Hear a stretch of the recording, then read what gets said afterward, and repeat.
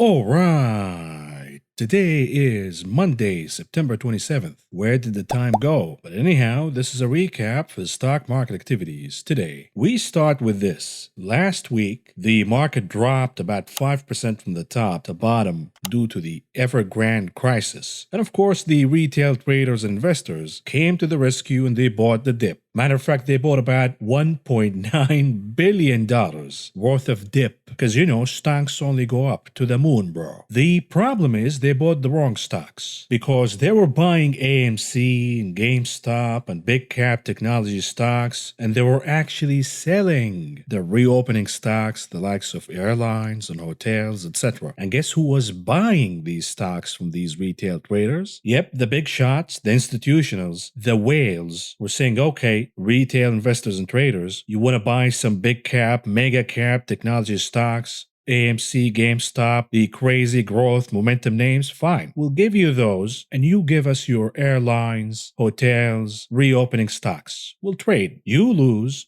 and we win. I cautioned you and I warned you from buying the dip because we're not out of the woods yet. You cannot make assumptions at all. Even though I do like, and I am overweight the so-called inflation trade. We're talking about financials, industrials, energy, and materials. But you cannot confirm the rally in these names. Absent of yields rising higher, above 1.5%, this will confirm the rally in financials, and then you need the dollar to drop down below 93 to confirm the rally in the cyclicals, industrials, oil, and materials. And as you can see from the scenario analysis that I gave you before for the algos, when yields pop up higher, meanwhile the dollar is flat to down, it was actually slightly higher, but no massive pop at all in the US dollar. But I believe that the pop is coming. But for now, I believe that we got scenario number 3, where yields are rising higher and the dollar flat to down. And this is good for oil, commodities, gold, a mixed picture here, and the inflationary trade in general. But it's not good for tech, momentum, and growth. And I believe that in the next coming days, we will shift back to scenario number 1, where the dollar and yields popping higher due to the expectations of tightening. And therefore, the market will suffer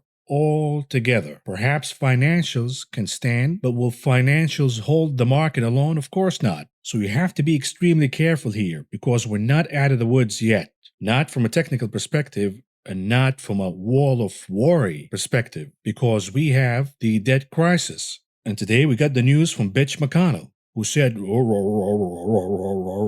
and translation is, we're going to play hardball for now, we're not going to make a deal anytime soon. And therefore, this crisis, until resolved, will cause headaches for the market. No rational investor or trader can dismiss the risk of default for the government. On top of that, we have many problems here. From the crisis in China, the crackdown that continues to go on and on every day, to the Fed inching closer and closer to be forced to tighten, because the inflation crisis is raging out of control. And on top of that, we have the crimes of the Fed becoming more evident now. They want us to forget about it, but I assure you, we will not forget about it. We will continue to double down and talk about it even more now. But retail traders and investors have to be extremely careful here because you have become brainless zombies, hooked up on meth, looking for the next score, buying anything, putting blindfolds on and buying calls on steroids. You're gonna get caught in a nasty one. And at the end of the day, these criminals from the Fed and Wall Street will walk away richer and they will leave you holding the bag. We're getting ever closer here to the collapse of this market and this economy. And that leads us to In Focus tonight.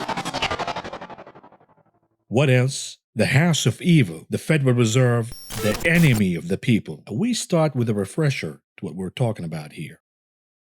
Morning, Joe. Yeah, Dallas Fed President Robert Kaplan held 27 separate stock, alternative assets, and fund holdings valued at more than $1 million, and he conducted sales and or purchases in excess of $1 million in 22 of those holdings during 2020. That is according to a review of his latest financial disclosures.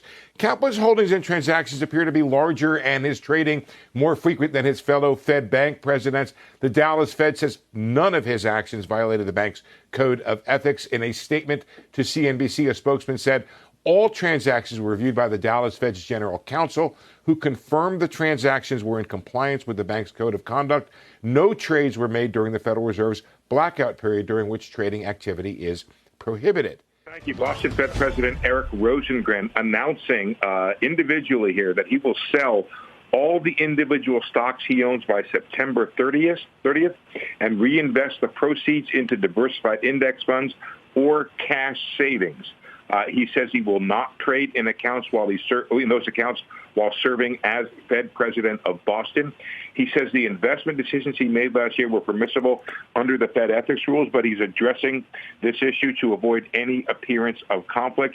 Obviously, this story comes after disclosures that Robert Kaplan, the Dallas Fed president, was involved in, multiple trades in excess of $1 million. And of course, these criminals, not just Bob Kaplan and Rosengren of the Dallas and Boston Fed Reserve, but perhaps all of these Fed presidents have engaged in crimes and they're getting away with it for now. While they're pumping the market, printing money out of thin air, racking up public debt for the next generation to deal with, knowingly that these assets that they're pumping higher will increase in value, they decided to buy the same assets to enrich themselves. This is classic insider trading. This is a crime. But will they get punished? Of course not, because the rules, the law doesn't apply to these VIP criminals. And of course, some of us in the public, we realized what's going on here. We actually predicted what's going on here. And we told you ahead of time, these are criminals. They have no interest to the public at all. They could care less about the unemployed, the homeless, the poor, the middle class. Their audience is the Goldman Sachs and BlackRocks of the world. They're creating the biggest inflation crisis since the 1970s, choking the poor and the middle class. And on top of that, they're committing crimes, financial crimes, and they're getting richer off the misery and the suffering of the poor, the middle class, and those who suffered agony and death from the COVID-19 crisis. And this is the breaking news that we got today.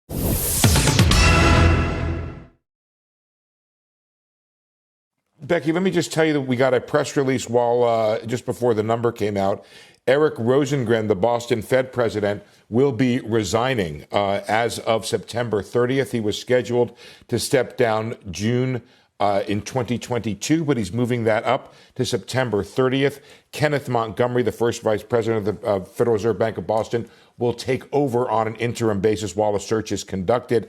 Rosengren citing health reasons, saying he has qualified, revealing for the first time that he qualified for a kidney transplant in June of 2020, and he has some health reasons that are moving up his retirement. Of course, Eric Rosengren was the subject of some of the conflict of interest stories that we were doing last week regarding him purchasing some of the assets the Fed itself was buying and making multiple trades. And of course, criminal Rosengren is using his kidney as an excuse that he has some health problems and he has to resign ahead of time. A little bit of a coincidence, wouldn't you say, Mr. Rosengren, that you get caught committing crimes and to evade justice, to evade the scrutiny, you decide to retire like a coward, using your health as an excuse? This reminds me of the mob bosses when they go to trial. We're just sick old men. We never committed any crimes. Yeah, Jerome is a good kid. He's solid. He's a Marine. He's never gonna out us out. He's just gonna ask us to retire.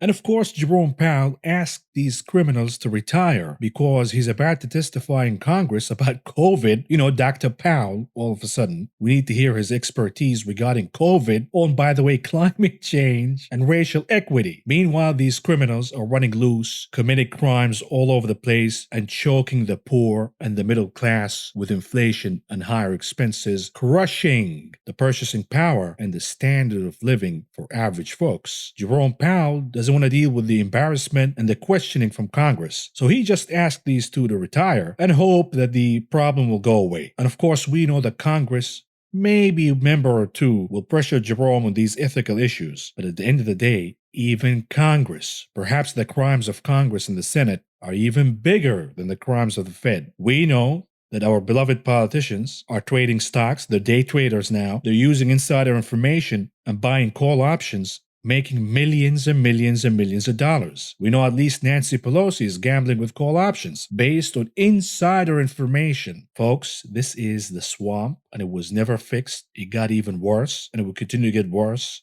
and worse and worse until the public wakes the fuck up. But it gets even better, because after the bell, another coincidence by the way, we heard from criminal Bob Kaplan, who also decided to retire. Morgan, thank you.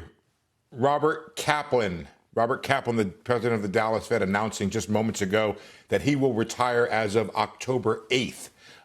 Kaplan, of course, was one of the ones who became a focus of a conflict of interest at the Federal Reserve. Kaplan saying that because of the issues surrounding his finances, he made the decision to retire so as not to take away focus from the Federal Reserve. He says the Federal Reserve is approaching a critical point in our economic recovery as it deliberates the future path of monetary policy. Unfortunately, the recent focus on my financial disclosure risks become a distraction to the Federal Reserve's execution of that vital work. For that reason, I've decided to retire. He's been president of the Dallas Fed for 6 years. A statement put out by the Dallas Fed has Jerome Powell praising him and the president and the chair of the Dallas Board of Directors. Kaplan maintaining that during his tenure, he adhered to all Federal Reserve ethical standards and policies. My securities investing activities and disclosures met bank compliance rules and standards.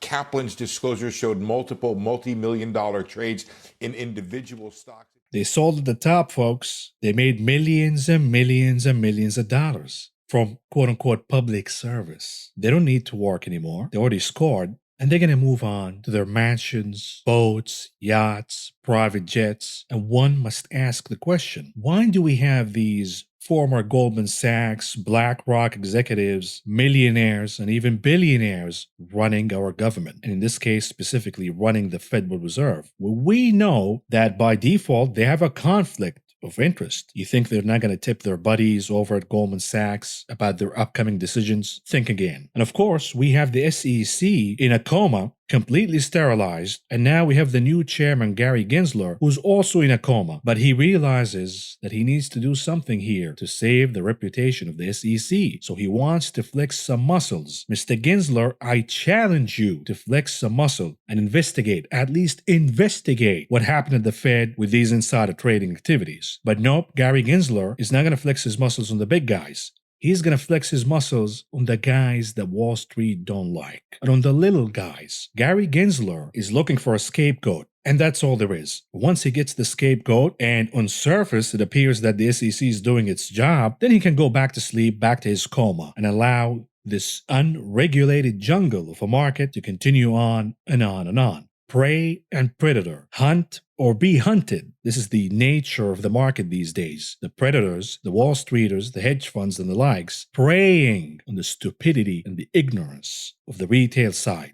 And now Gary Gensler flexing his muscles on who? On traders involved with the GameStop fiasco who made a few $100,000 here and there, but he's not flexing his muscles on the big guys. The Fed, J.P. Morgan, who gets caught over and over and over again, manipulating the treasuries, the commodities, and the stock market, by the way, and all what J.P. Morgan, the criminal organization of J.P. Morgan, gets is a few $1 million here and there in fines, a little slap on the wrist, don't do it again, oh, and by the way, wink wink, go ahead and do it again, all you have to do is pay another fine, lather, rinse, repeat. And now, of course, they're coming after Michael Burry, the Big Short. They want a scapegoat, and they want to present this guy as the bad guy, the evil guy. Why? Because he dared to criticize the Fed and the SEC, and now they want to make an example out of him, using him as a scapegoat and say, you know what? Here's the bad guy. Here's the guy that you should direct all your anger on, but forget about the real criminals. You know, like Bob Kaplan and Rosengren and Jerome Powell, just like they did with the financial crisis of 2008-2009. They gave us Madoff, and Madoff was the smallest fish in the pond. Meanwhile, the banksters, the biggest criminals in the world, the orchestrators of the housing collapse and the financial crisis, they walked away free of charge. And let's be realistic here. Are we about to expect any punishment for Bob Kaplan, Rosengren, Jerome Powell, and the other Fed criminals? Of course not. Why? Because the public is zombified. Brainless zombies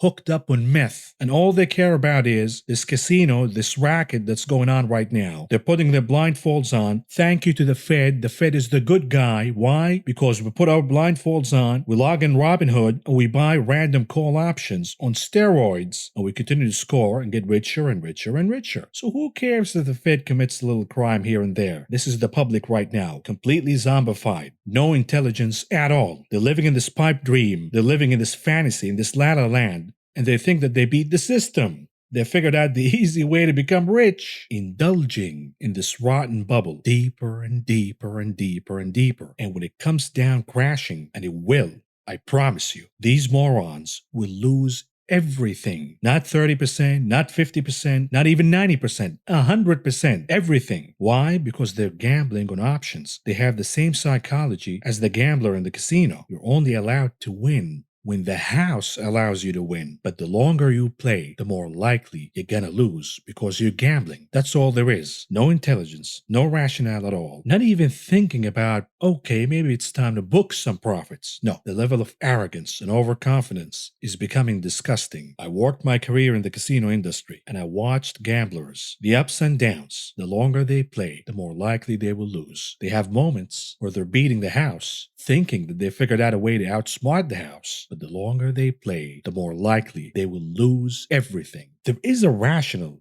disciplined way to participate in the market. And I encourage everybody to participate in the stock market. Why? Because it is a racket. The whole economy is a racket, and it's rigged against the poor and the middle class. And the only way to achieve financial independence, at least for now, is to be engaged in the racket, the casino, the stock market. But you have to follow the rules of the jungle. You have to be rational, and you have to be disciplined. Know when you're supposed to be in and when you're supposed to be out. Because being greedy in this game, when you're gambling, not investing, not trading, not using rationale or any discipline, being greedy while gambling is a recipe for disaster. So for now, the zombified public is engaged in this mania. They're not even paying attention to what's going on with Kaplan, Rosengren, and the crimes of the Fed. But when the market crashes, they're going to look for a boogeyman to blame. The time to wake up is now. And of course, here's another disaster, another crime that the Fed has committed. Inflation raging across the globe. The supply bottlenecks all over the place. Every company right now warning of stagflation and shortages all over the place. We're about to have holidays canceled. Christmas will be canceled because we're not going to have any toys, any gifts, any products, any consumer goods. The ports in LA, Long Beach, backed up, and the logjam continues to build on and on and on. Consumers are getting killed with food prices rising out of whack, with the highest level of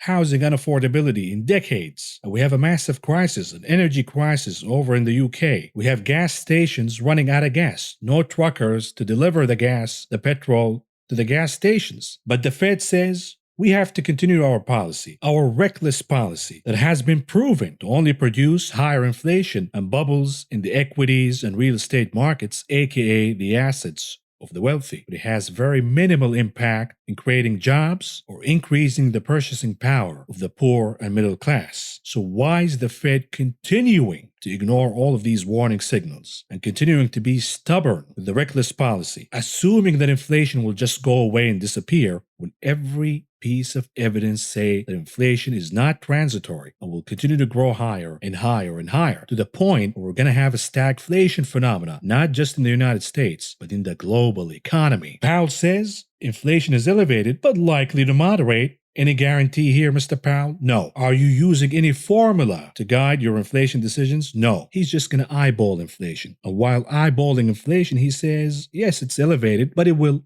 likely moderate. Likely. Here's another Fed zombie, the New York Fed Williams. Williams says inflation will taper to 2% at some point in 2022. Any guarantees here? Would you like to share your projection, your scientific projection, Mr. Williams? Of course not, because it's not scientific. You're just pulling shit out of your ass. And then we have perhaps, the next Fed president who will succeed Jerome Powell. The likelihood is, with the inflation crisis raging and all of these scandals with the Fed, Jerome Powell will be replaced next year. And his replacement is Governor Braindead. And Governor Braindead is even worse than Jerome Powell. She says, don't worry about inflation. Inflation is not going to go higher due to labor shortages. Inflation will go back to normal at some point. Oh, by the way, but prices are not going to go down, meaning that the consumer will be stuck with higher food prices, higher rents, higher expenses, and their wages will not keep up with this inflation. But Brain Dead says, yeah, at some point, inflation will be transitory, but you're going to be stuck paying the higher prices. Again, criminals running loose. They have no business at all running this organization because they don't have the interest of the people in mind. They have the interest of Goldman Sachs, JP Morgan, and BlackRock in mind. And here's another Fed zombie from Chicago, Evans. And this is perhaps the most outrageous statement that we got today. Fed zombie Evans says that he is worried about not generating enough inflation. Evans says, we don't have enough inflation. We need more. I need to see more inflation. Inflation needs to shoot up higher. Of course, this criminal doesn't care about inflation. Inflation is good for him. The value of his assets go higher. The value of the assets of his millionaire and billionaire buddies, they go higher. But inflation chokes the poor and the middle class. And Evans doesn't care about that at all. Let them eat cake. Why are we allowing these zombies to destroy our lives and our economy? And after all of these statements, rest assured, inflation is under control. It's going to go back to normal next year. Criminal Powell comes after hours and he says, oh, by the way, the supply chain bottlenecks pose an upside risk to inflation. Oh, you think? Oh, I didn't know that. I had no idea. Again, delusional madmen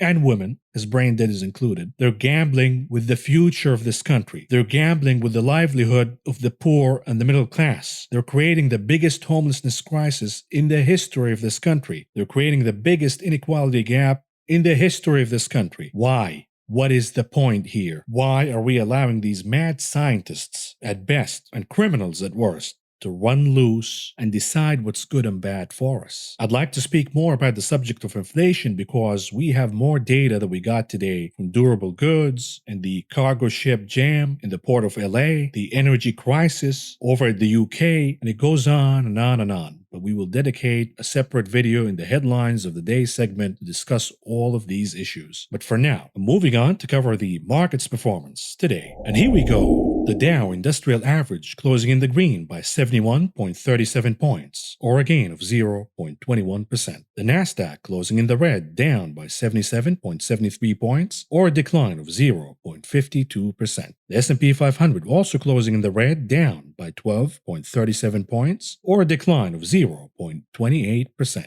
What about the sector's performance today? Leading the pack at number 1 and capturing the gold medal by far, the best performer of the month, energy. And number 2 for the silver, financials. Number 3 for the bronze, materials. Meanwhile, the laggards of the day, the defensive sectors of the market, REITs, healthcare, and utilities. And notice the underperformance of technology, and this is of course due to the rise in the 10-year yield. The good news is that we have more inclusive rally here in the inflation trade because materials are finally joining industrials, energy, and financials. What about the advance to decline ratios? The NYSE 43% advancing versus 55% declining. The Nasdaq 40% advancing versus 55% declining. Moving on to futures. What's going on here in futures land? The dollar did not move one way or the other. It was pretty much flat. Meanwhile, yields popping higher. And we know now that we have an energy crisis perhaps as close as we can get to the 1970s.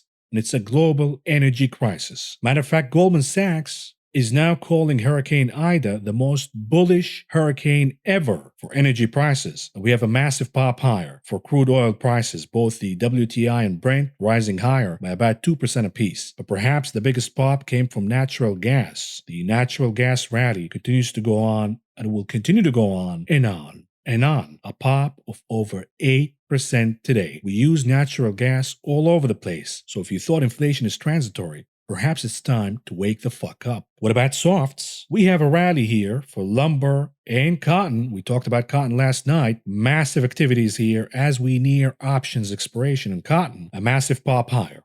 Again, the Fed has enabled this massive inflation, the tsunami of liquidity. Money has to chase something. And when we get to the insane valuations in the stock market, money has to chase commodities, and now it's chasing cotton futures. Likewise, we've seen modest gains in coffee futures, while we have declines here, led by cocoa, sugar, and OJ futures. What about metals? Muted action across the board. We have a pop in silver of about 1%, but all in all, metals futures are flat, waiting and waiting and waiting for what? for what the US dollar is about to do. My assumption is the US dollar will pop higher, and the action we saw today in copper, platinum, gold is telling you cannot trust the rally in materials, industrials, without metals rallying higher. We have a confirmation for the rally in financials because yields are trading above 1.5% once again. We have a confirmation for the rally in oil because oil prices are rising higher. But do we have a confirmation in the rally in metals, for example? Not yet. What about meats? Declines for feeder and live cattle futures. Meanwhile, the new big tech, lean hogs popping higher to the moon. You don't want to bet against the piggies here. You're gonna get slaughtered. Not the piggies, you. What about grains? We have gains here for corn, oats, soybean meal, soybeans, soybean oil, all closing in the green. Meanwhile, we have modest declines for canola and wheat futures.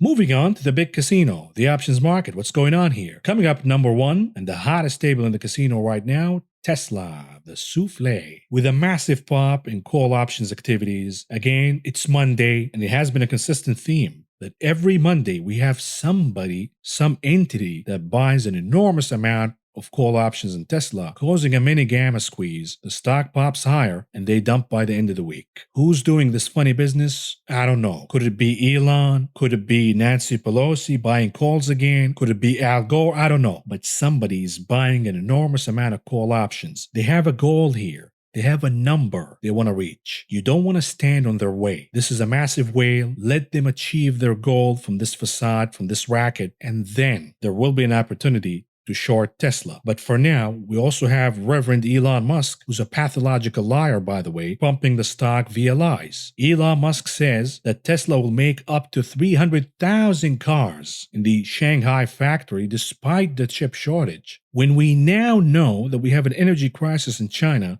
that is impacting factories of Tesla and Apple. So how the hell are you going to be able to produce 300,000 cars when your factories are shut down? Again, it doesn't matter to the culties. The culties will buy and they will believe whatever Elon says. But the man is a pathological liar over and over and over again. He continues to lie, make these outlandish predictions. Robo-taxis by 2019, Cybertruck by 2020. None of that happened. And oh, by the way, Tesla says to their customers, as they treat them as lab rats, don't take videos and share them online when you get in trouble or accidents using the full self-driving mode. Why? What happened to transparency, Elon? And of course, Reverend Elon is busy kissing ass over at China because he knows that he will be next in the CCP's crackdown on businesses. It's just a matter of time. So now he's kissing up to the Chinese overlords. And of course, the culties must be proud that their cult leader is kissing up to the Chinese Communist Party. But anyhow, back to the casino. At number one, Tesla, with about 1.1 million contracts, about 60% of those were calls. At number two, Apple, with about 675,000 contracts, about 66% of those were calls. And at number three, AMD, with about 500,000 contracts, about 80% of those were calls. And by the way, notice the implied volatility. We talked about that last night. The implied volatility in Tesla doubled today, meaning that these options, the premiums, are surging in value. And usually when the implied volatility rises, it follows the move that's been happening before the rise in implied volatility, meaning Tesla has been rising higher. As the implied volatility surges, the assumption is Tesla will continue to ride higher. But you have to keep in mind that we have a massive whale here that pumps on Mondays, dumps on Thursdays and Fridays. We also talked about Alibaba. The implied volatility is topping. The move was down, and therefore when the implied volatility tops, the likelihood is you will see a rebound in the stock, and this is exactly what we got in Alibaba, rebounding about 3% or more, and the likelihood is the pop will continue for a little while, but the sustainability of the bounce remains in question. I closed my Alibaba call options today. They might go higher, but I'm satisfied with the profits that I got from the trade today. Moving on to the unusual activities that took place in the options market today, starting with the trades for the ticker XLE, the energy ETF. We have a bullish spread here, buying the 56 calls and selling the 59 calls for the expiration date of November 19th, with the expectations that the energy ETF, the XLE, will rise higher more than 6% but not more than 12% by November 19th. They paid about $1 apiece for the 56 calls. They received about 50 cents apiece from selling the 59 calls. All in all, they paid about 50 cents apiece for this trade, bringing the total all the way to $1.5 million.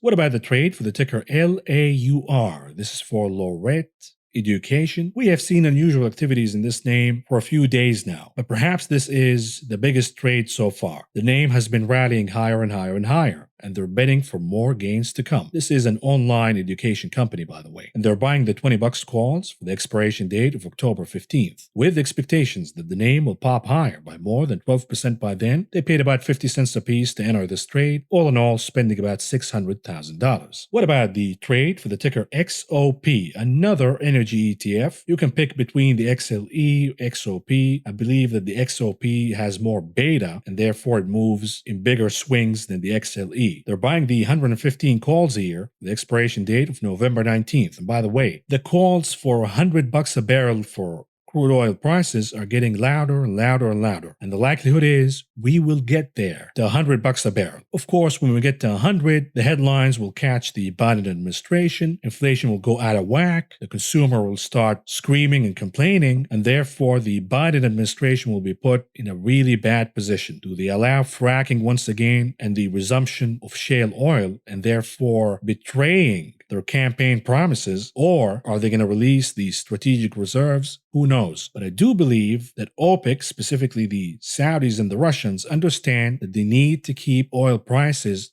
at the sweet spot, the maximum sweet spot, around 85. Anything more than 85, specifically 100, will catch the attention of the Biden administration, and it could resume the production of shale oil. This is exactly what the Saudis and the Russians don't want at all. So my assumption is oil prices could go to 100, but the Saudis and the Russians will put a cap on the rally to keep prices right around the sweet spot. Anyhow, they're betting for more gains here in the XOP by buying the 115 calls for the expiration date November 19th, with expectations that the name will pop higher by more than 16% or so. And they paid about $1.65 a piece to enter this trade. All in all, spending about $2 million. What about the trade for the ticker QQQ, the NASDAQ? Not looking good here as yields continue to surge higher. They're buying puts, the 350 puts with the expiration date of October 22nd, with expectations that the name will drop down by more than 6% or so, and they paid about $2.25 a piece to enter this trade. All in all, spending about $2.7 million.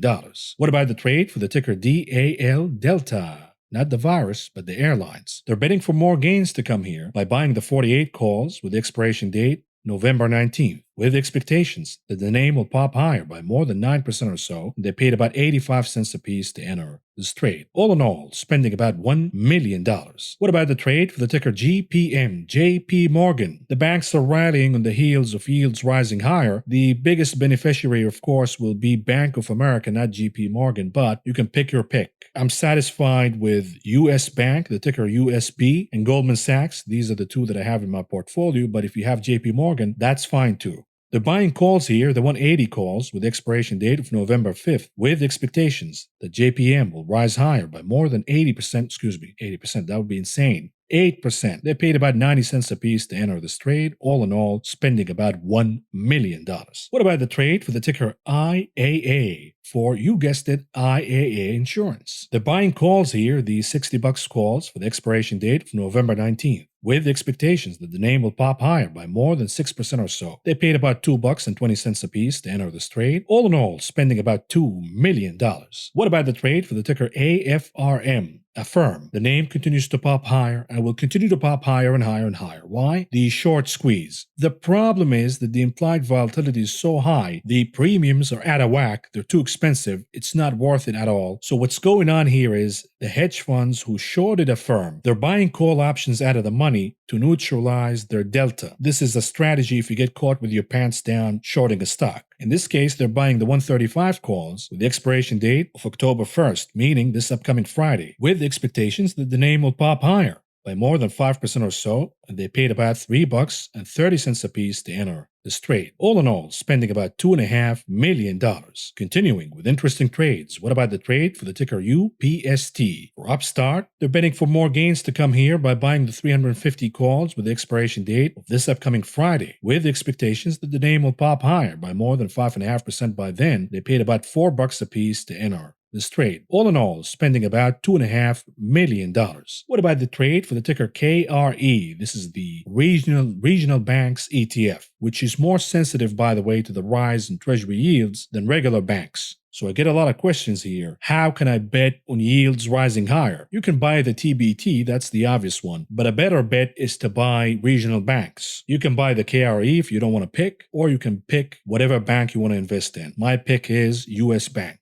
But anyhow, they're betting for more gains to come here in the KRE by buying the 73 calls with expiration date November 19th, with expectations that the KRE will pop higher by more than 6.5% by then. They paid about $1.10 apiece to enter this trade. All in all, spending about $650,000. What about the trade for the ticker AMC? For, you guessed it, AMC. They're buying the 32 puts. Notice the strike price. 32, the most important support to keep. They're buying it for the expiration date of November 19th, with expectations that AMC will drop down, will crash actually, by more than 19% by then. And they paid about $3.40 apiece to enter this trade. All in all, spending about $2 million. Lastly, what about the trade for the ticker DKNG, DraftKings? Football season's back. Perhaps gambling will make a comeback. It already made a comeback in the stock market. What about football? Here it is, somebody buying the 56 calls with the expiration date October 22nd, with expectations the DraftKings will pop higher by more than 8.5% by then. They paid about $1.20 apiece to enter this trade. All in all, spending about $720,000. Moving on to the heat map analysis. What's going on here? Obviously, the inflationary trade is outperforming today. Financials, energy, industrials, and materials. We only have a confirmation for two of those. Financials, because yields are popping higher. Of course, Wells Fargo is the exception because Wells is under investigation by the Justice Department and therefore trading down. But we have a confirmation for oil too. Crude oil prices rising higher. What about industrials and materials? We don't have a confirmation here because the moment the dollar pops higher, industrials and materials will go down. Likewise, we have a pop in the reopening trade. We're talking about casinos. We're talking about restaurants, we're talking about hotels, airlines, cruises, somewhat rising higher. But most importantly, the rebound in the Chinese market, Alibaba, JD, Pinduoduo, NIO, Li Auto, all rising higher, along with other auto manufacturers, which leads me to Tesla. Is Tesla rising higher in empathy of the rise of auto manufacturers today because Tesla usually trades with mega cap technology stocks? Or is Tesla rising higher merely the action in the options market? We will know the answer of that question in the upcoming days. The bulk of the pain coming from the high momentum, high growth names in the technology sector and the big cap technology names. We will also have weakness in healthcare, REITs, and utilities. These are the defensive sectors of the market, along with the big consumer brands and defensives like Procter & Gamble, PepsiCo, Coca-Cola, etc. Why are they down? Well, the pop in yields. These are yield proxies. When yields pop higher, there is no need for Procter & Gamble, utilities, and REITs. And in a day where the IWM, the Russell 2000, the cyclicals are leading the market higher, there is no need for defensives. At least for now. Moving on to charts, starting with the 30 minutes chart of the SPY, the S&P 500. What's going on here? Still consolidating within range. The support 443, the resistance 447. Of course, the SPY is eyeing the gap, but for now it is just hugging the 443 line. Is this bullish or is this bearish? The answer is it's bullish. Why? It's a consolidation holding the line, building the energy to do what? To pop higher and close the gap. But you have to put it in perspective here. Why is the SPY holding? Because the big cap technology names, the biggest components of the SPY, are not performing at all. But who's performing? Financials,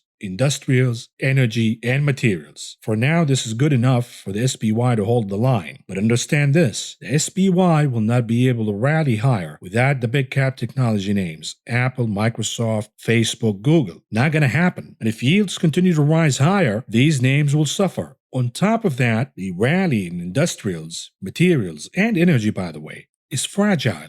The moment the dollar pops higher, all of these sectors will go down. Therefore, you cannot trust the rebound, not yet. in the SPY. And here is the daily chart for the continuous contract with the S&P 500. Again, not a good looking candle here. You can call it many names. Reverse hammer, a lollipop, a dog treat, doesn't matter to me. What matters is the SPY rallied higher overnight and then it reversed all of the gains and it closed at the lows of the day. Is this good? Or is this bad? The answer is this is bearish, not bullish. And therefore, when people ask me, why do you use the continuous contract for the daily chart? Why not use the SPY? This is the answer. The chart of the SPY could be deceiving. The intraday chart has bullish action, but the daily chart and the continuous contract show bearish activity. Which one holds more weight? The daily or the 30 minutes? The answer is the daily, and therefore I use the continuous contract for my daily analysis. Watch out for the momentum indicators. They're curling down. The volume is spiking higher again. Remember what we talked about last night. On days when the market trades down, the volume pops higher. On days when the market rebounds, the volume disappears. This is classic market top behavior. What about the NASDAQ 30 minutes chart? Continues to fall apart and now hugging the support of 369. Meanwhile, the resistance remains at 372. And again, looking at this chart,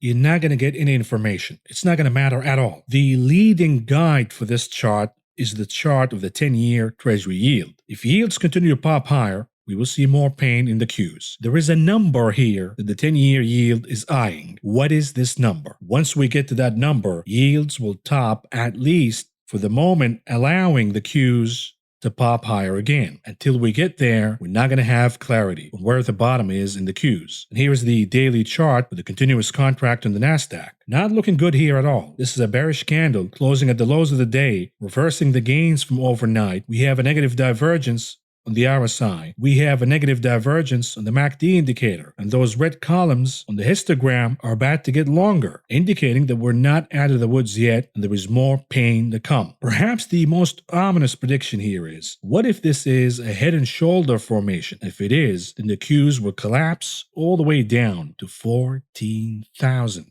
But here is the bright light in the action today, the IWM, the Russell 2000. This is a 30 minutes chart. It held the support of 223, popping higher, closing the gap, but not going all the way to the resistance of 229. Is this good? Is this bad? The answer is it's good for now because the Russell is outperforming the NASDAQ and the SPY. Is it sustainable? The answer is probably not until and unless the dollar starts to trade down, because you need to see the small caps, the cyclicals, the reopening names outperforming. If the dollar doesn't break 93, this rally in the IWM is not sustainable at all. The support remains 223, the resistance 229. And here it is, the most important chart to look at. The dollar index popping higher, but still within range. When will the market start to freak out? If the dollar pops higher, closing above 93.5 for the day, reaching 94. Then we're going to have a massive problem in the market because you cannot confirm any rally in cyclicals or even the inflation trade. The support remains 93. The resistance remains. The sky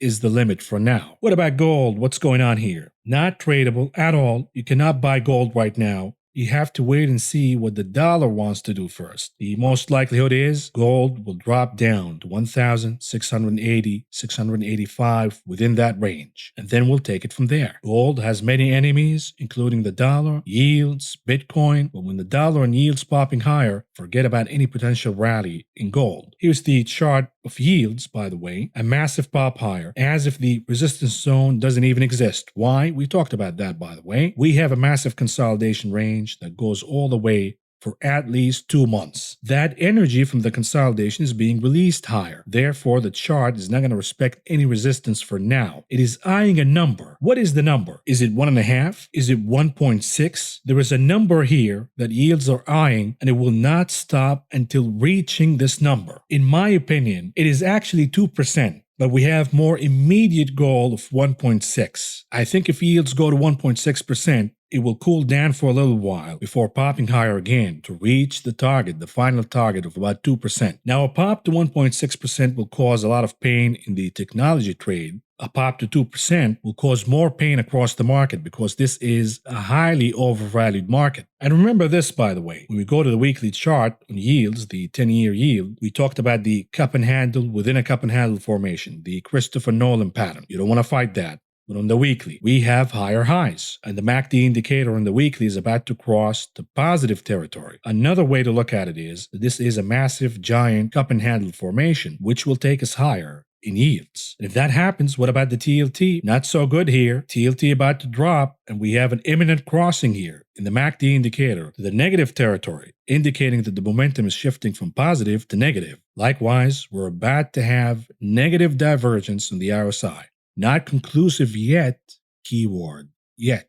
What about the VIX 4 hours chart? Recovering on the MACD indicator, you see the columns, the red columns getting shorter and shorter and shorter. What does that mean? The VIX is about to pop again. If the VIX pops higher again, what happens to the SPY? It drops. Therefore, I'm doubling down on my puts, the SPY and the Qs, by the way. It looks like the VIX is bottoming right here and readying for another pop higher. There is a gap around 21. Perhaps the VIX wants to close that, and then we'll take it from there. What about Apple? Not looking good here. We have a bear flag, and it looks like the bear flag is materializing. Of course, for now, the good news is Apple is holding 145 for support, but it is just a matter of time. Another pop in yields above 1.5%, and you will see Apple flushing down, and the end result will be the 15% correction from the top. And here it is, the ad performer acting as nothing is going on. Tesla. Again, this is a mega cap stock, but bucking the trend and trading with the cyclicals with the automobile manufacturers. Is it due to the rise in auto stocks today? Is it due to the action in the options market? My bet is it is due to the action in the options market. It is not related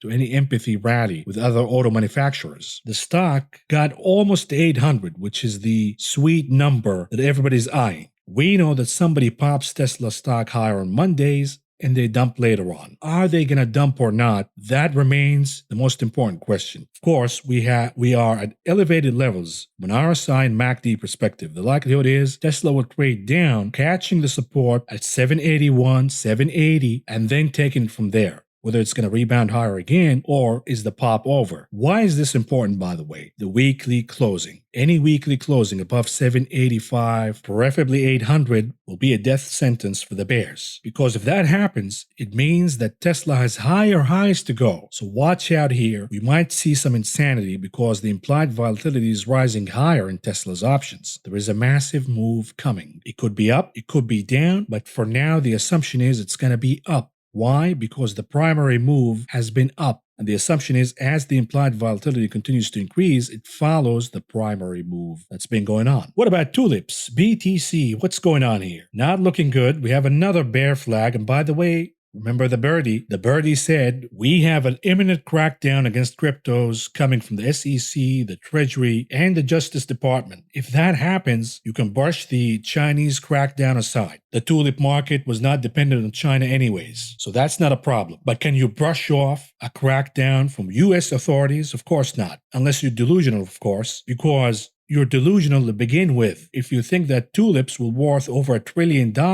with no utility at all, with no intrinsic value at all, and by the way, not being allowed in the second largest economy in the world, China, and even in India. How can you be bullish on anything if it has no future prospect of growth in the two largest economies when it comes to growth, China and India? Now, when it comes to the technicals, what happens if 42,000, 40,000 doesn't hold? And the chart goes down all the way to 35,750. That's my number. If that doesn't hold, then we go back to 30,000. At that point, it's not going to look good at all. Because on the weekly, on the monthly charts, this is looking like a head and shoulder formation, a big one. You got to be careful here. What about AMC? What's going on here? Not looking good. We have another bear flag. And the natural conclusion is it will flush down to 32. And by the way, here's the birdie once again saying that the SEC is about to crack down against GameStop and AMC. It's imminent right now. Watch out for cryptos and memes because we have Gary Gensler wants to flex some muscles here. Can he flex muscle against JP Morgan? No.